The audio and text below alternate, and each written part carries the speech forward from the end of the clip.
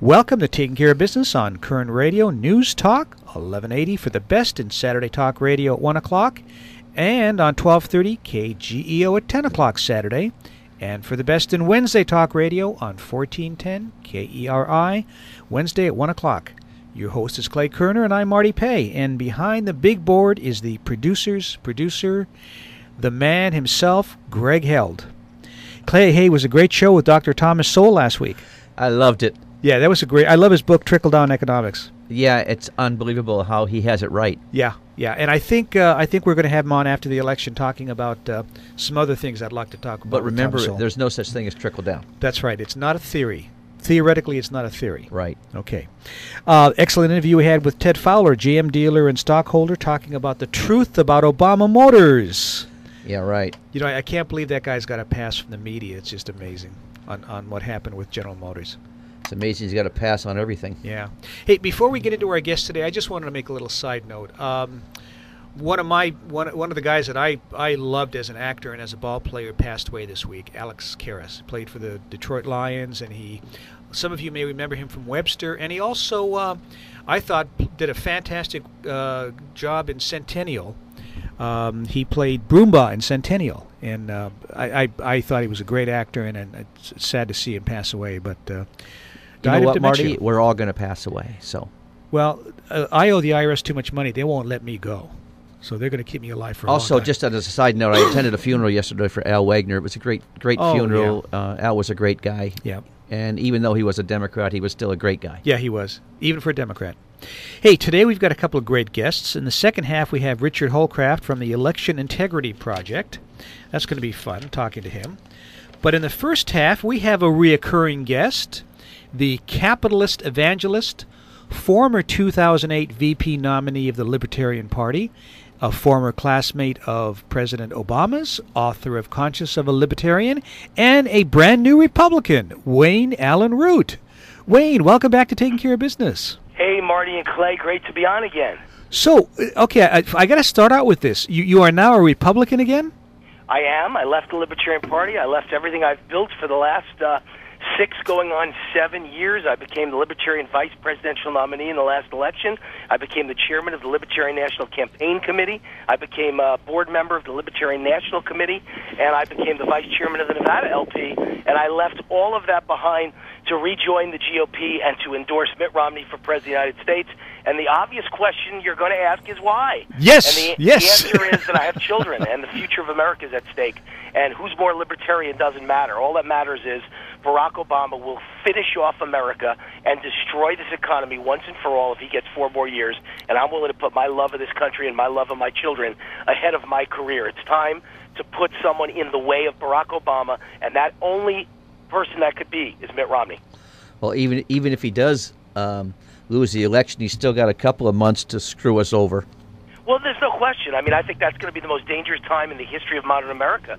Will be, the rest of November, December, and early January. Obama will do some damaging things to this country when he no longer has to face the electorate ever again, and he wants to go out with a bang. And I think it's going to be imperative that Romney has a team in place to watch everything this man does and to make sure it can be either A, pointed out, B, persecuted and put in jail for it if it's illegal, and C, undo it the moment Romney takes office. Well, also the great thing is the lame duck Congress is Republicans, so that's going to help us out as far as, anything that they may try to do, assuming Romney's elected. Listen, here's what I've learned from the first 4 years of Obama. The Congress is immaterial. That's true. The way the country was set up, it's supposed to be you've got to get all 3 branches behind you to do something, but that's not the way it really works. Obama, through executive order, can do so many things. And in the history of America, all the other presidents combined didn't have as many executive orders as Obama in his first 3.5 years. So what do you think he'll do in his last 2.5 lame duck months? Well, it'll be ruling by executive order. Yeah, and I agree. And one thing,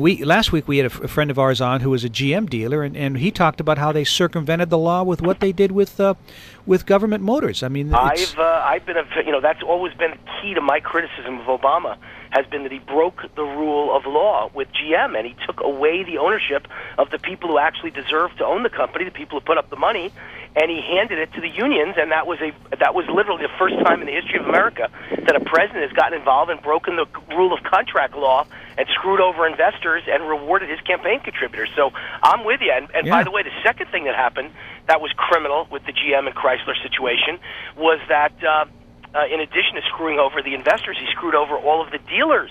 It turns out they closed, I don't know, I think it was like 1,800 dealers for GM and like another 900 for Chrysler. And it turns out in retrospect, every single one of the ones they closed was a big GOP contributor. They didn't close any Democratic contributors in the United States of America. What a surprise. Coincidence. Yes. And then the third thing, of course, which just came out recently, is that they used the money not to save the car company, to save the pensions of all those Democratic voting union members, and then they let all the people who are private sector workers, auto workers who were not unionized, they let their pensions go to hell and lose it all. Yep.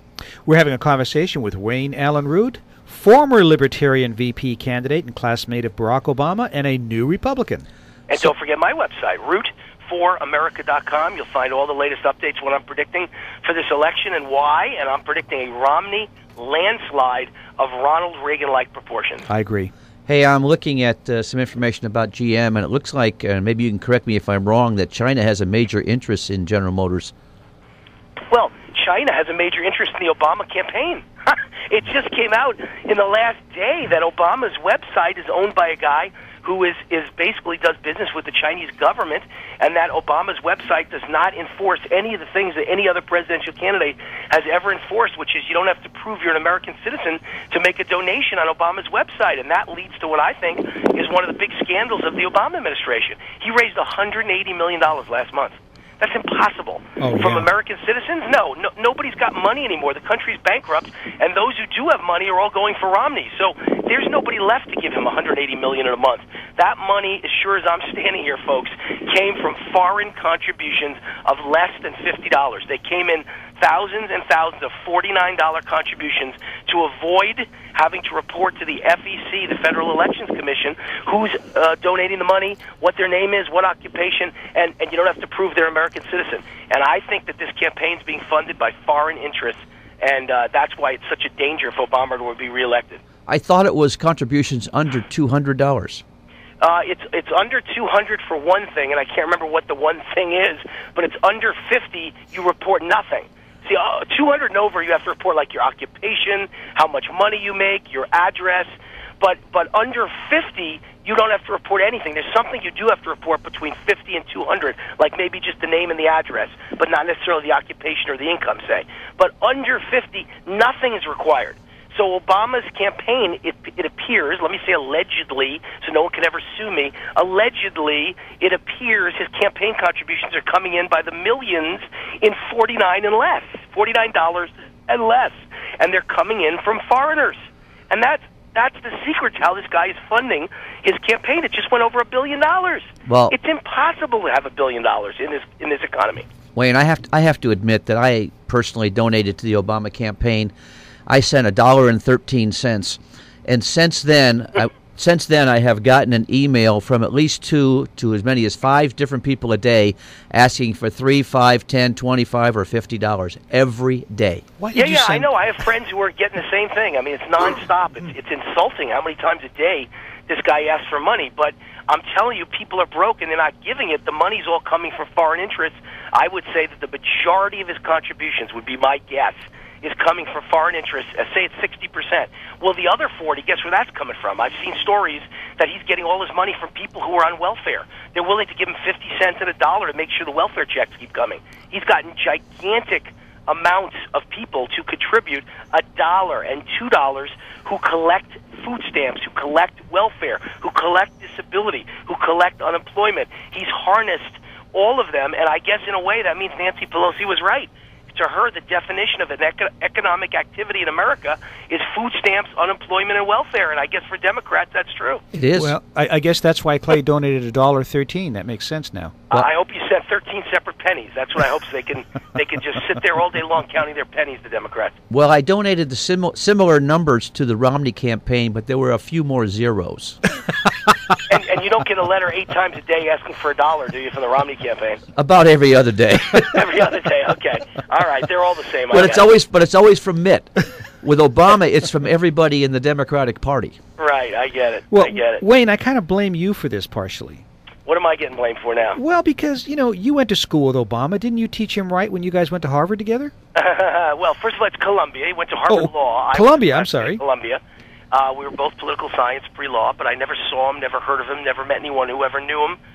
Never met him myself. Don't know anybody who ever saw him, heard of him, or met him. So, very strange story. That's my Columbia association with Obama. Not just the same school, not at the general time, but the same class of '83, and I never met him, heard of him, or saw him. And we talked about this last time we had you on, but they interviewed 400 students, and none of them remembered him either. Well, that's my point. That's why it's not Wayne Root's word against Barack Obama. Fox News at random called 400 students. It was reported in a commentary in the Wall Street Journal, and not one of them. And keep in mind, they're the most ultra nauseatingly liberal students in the United States of America. You think they'd admit knowing him, even if they did know him, just to cover up for him. And they couldn't even admit they ever met him in their lives. Nobody's ever seen him. He's the ghost of Columbia University. Amazing. Okay, now when we get back, I want to talk about your column, but I also want to talk about what's happened to you since then, okay? Okay. We'll be back in a moment on Taking Care of Business on Koerner Radio, News Talk 1180.